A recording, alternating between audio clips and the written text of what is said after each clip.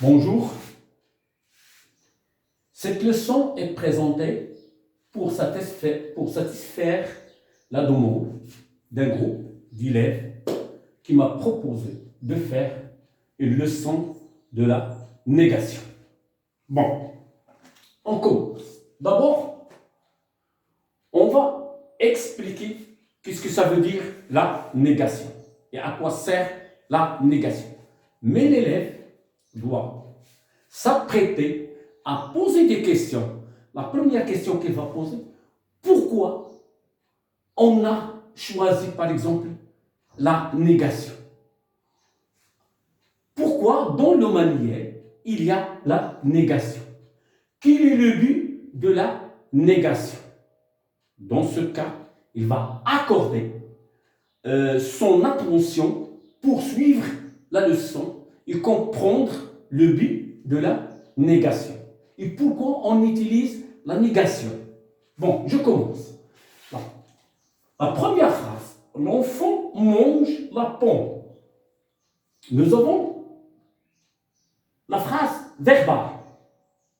Et on a l'enfant mange la pomme. Le sujet, comme on a dit déjà, le verbe et le complément.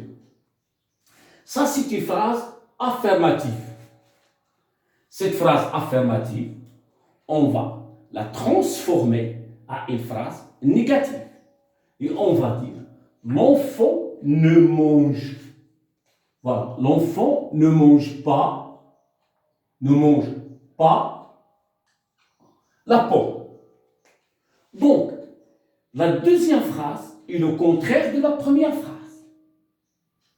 La deuxième phrase est l'opposé de la première phrase. Dans cette phrase, l'action est faite. Dans cette phrase, l'action n'est pas faite. Et si l'enfant a mangé la pomme, et si l'enfant n'a pas mangé la pomme. La négation ne pas se trouve. Regardez. Ne, le verbe pas. C'est-à-dire, la négation encadre le verbe. C'est-à-dire, le verbe se trouve entre ne et pas. Se trouve entre les outils de la négation. Voilà. Il ne faut pas dire l'enfant mange pas la pomme. Non. Le verbe toujours est entre les outils ou les éléments de la négation, comme vous voyez. On passe à la troisième phrase. Elle a fait son travail. Elle n'a pas fait son travail. Toujours phrase verbale, où il y a le verbe. Sujet, le verbe faire et le complément. Cette phrase est affirmative. Il dit qu'elle a fait son travail. Voilà, elle a fait son travail, elle a accompli son travail, elle a effectué son travail. Il a fait son travail. Ici, regardez, il n'a pas fait son travail. Voilà, ici, il n'a pas effectué son travail. Il ne fait pas le travail. Donc, il reste dans la maison, dans la cour. Il n'a pas fait le travail. Donc, regardez, la négation n'est pas, regardez, n'encadre pas le verbe faire. Non, la négation encadre l'auxiliaire avoir, c'est-à-dire le verbe avoir. N'a pas, et voilà le participe passé. Il est loin de la négation. Donc, dans le cas du passé composé, je peux, par exemple, je peux changer pas, parce que j'ai fait pas ici, je peux changer pas par plus. Voilà. L'enfant n'a plus fait son travail. Voilà. Dans ce cas, l'auxiliaire qui est encadré par la négation. Dans le cas du passé, il faut encadrer l'auxiliaire et il ne faut pas encadrer le participe passé. Le participe passé se trouve loin de la négation. Il n'a plus fait son travail. Ça, c'est une phrase négative et ça, c'est une phrase affirmative. On dit c'est une phrase négative parce qu'il contient les outils de la négation, les éléments de la négation. Bien. Il sait, il ne sait rien. Ça, on dit toujours ça. Il sait, il ne sait rien. Ça, c'est une phrase qu'on a dit, c'est une phrase verbale. Regardez, le verbe savoir est encadré et entouré par les éléments de la négation. Et on dit ne et rien. Bon, ça c'est une phrase affirmative, ça c'est une phrase négative.